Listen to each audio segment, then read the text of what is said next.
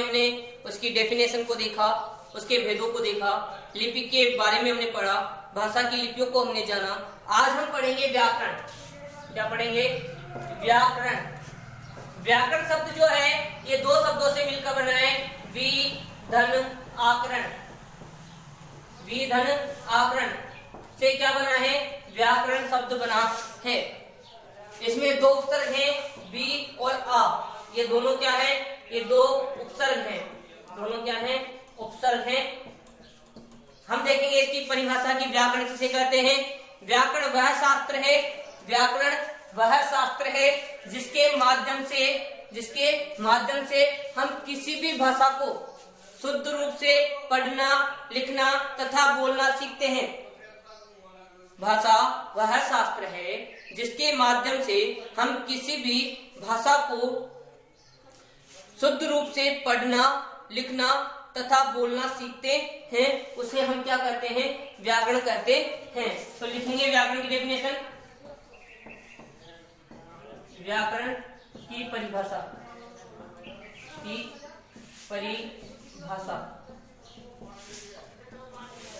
व्याकरण वह शास्त्र है,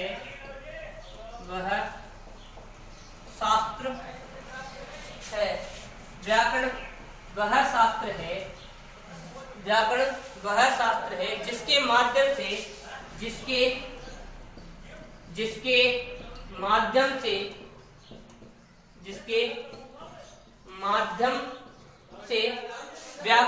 शास्त्र है जिसके माध्यम से हम किसी भी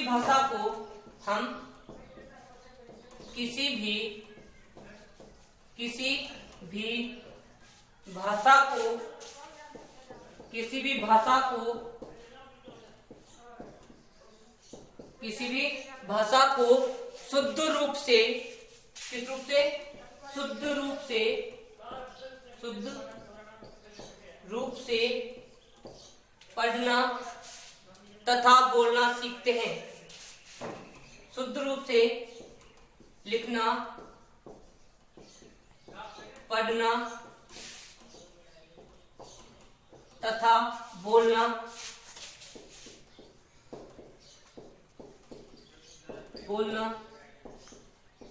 सीखते हैं।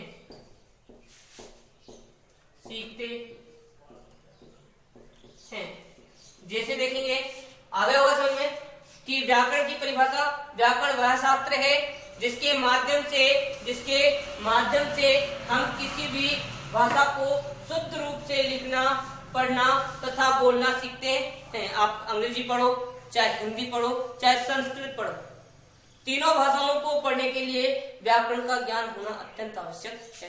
तभी हम जाकर के क्या कर सकते हैं? शुद्ध रूप से उनको बोल सकते हैं, लिख सकते हैं, पढ़ सकते हैं। जैसे मैं आपके सामने कुछ उदाहरण लिख रहा हूं, यहाँ पर देखेंगे ध्यान से। जैसे मैंने लिखा बच्चा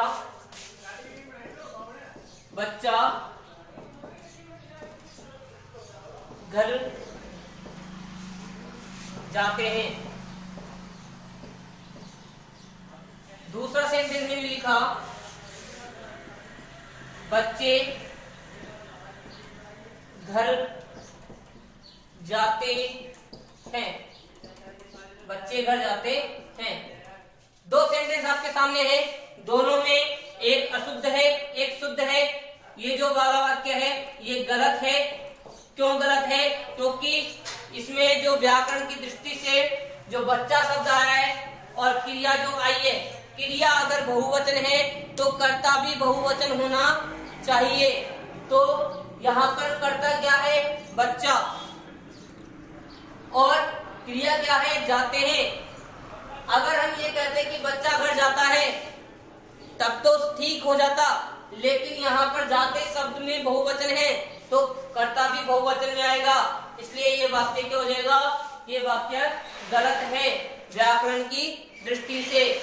हम देख तो यहाँ पर क्या बनेगा? बच्चे घर जाते हैं। बच्चे घर जाते हैं, क्योंकि यहाँ क्रिया बहुवचन है तो कर्ता भी बहुवचन होगा, इसलिए वाक्य बिल्कुल सही है।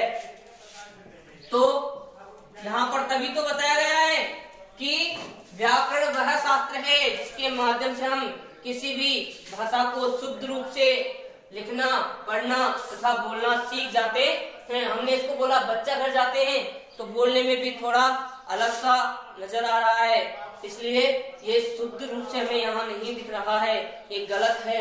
और हमने कहा बच्चे घर जाते हैं, तो इसका मतलब ये वाक्य सही है। अब हम पढ़ेंगे व्याकरण के अंग। व्याकरण के कितने अंग हैं, इसको नोट डाउन कर लेंगे। सबसे पहले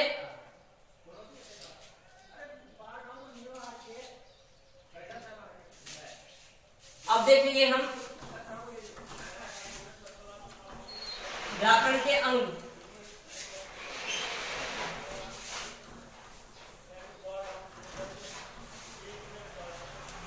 व्याकरण के 3 अंग हैं।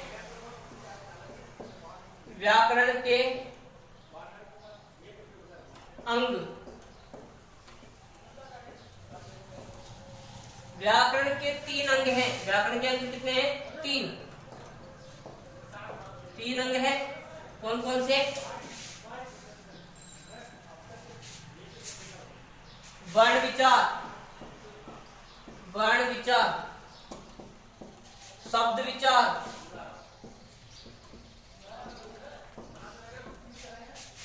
और वाक्य विचार। वाक्य विचार, ये 3 अंग व्याकरण के माने गए हैं, जिनको हम अलग अलग चैप्टर में अलग अलग रूपों में पढ़ेंगे। वर्ण विचार, शब्द विचार और वाक्य विचार। पहले मैं इनको थोड़ा समझा देता हूँ आपको। वर्ण विचार किसे कहते हैं? वर्ण विचार कहते हैं यानी 2 वर्णों के समूह को। 2 वर्ण जैसे हमने मिलाया यहाँ पर क और अ, ये 2 वर्ण हमने मिलाया, तो ये क्या बन गया? आ। जैसे हमने क प्लस अ मिलाया, तो क्या बन गया? का बन गया, वो क्या बन गया। तो इस तरह से 2 वर्णों का जहां पर संयोजन होता है उसे हम वर्ण कहते हैं। वर्ण विचार आपको समझ में आ गया होगा। शब्द 2 वर्णों के समूह को, 2 वर्णों के समूह को हम क्या कहते हैं? शब्द कहते हैं। जैसे मैंने कहा क प्लस मैं प्लस ल, 2 या 2 से अधिक वर्णों के समूह को हम क्या कहते हैं? शब्द कहते हैं। और ये क्या बन गया? हमारे पास एक शब्द बन गया कमल। और 2 शब्दों, 2 या 2 से अधिक शब्दों के मेल से कोई हम क्या कहते हैं? वाक्य कहते हैं। 2 या 2 से अधिक शब्दों के समूह को हम वाक्य कहते हैं। जैसे कमल पुस्तक पढ़ता है, पुस्तक पढ़ता है। इनको हम विस्तार पूर्वक अगले चैप्टर में देखेंगे, तो आपको समझ आ गया होगा। व्याकरण के अंग कितने हैं? 3। वर्ण विचार, शब्द विचार और वाक्य विचार। हम इनको नेक्स्ट वीडियो में पढ़ेंगे अगले चैप्टर के साथ। आप इसको नोट डाउन कर लेंगे। Thank you so much.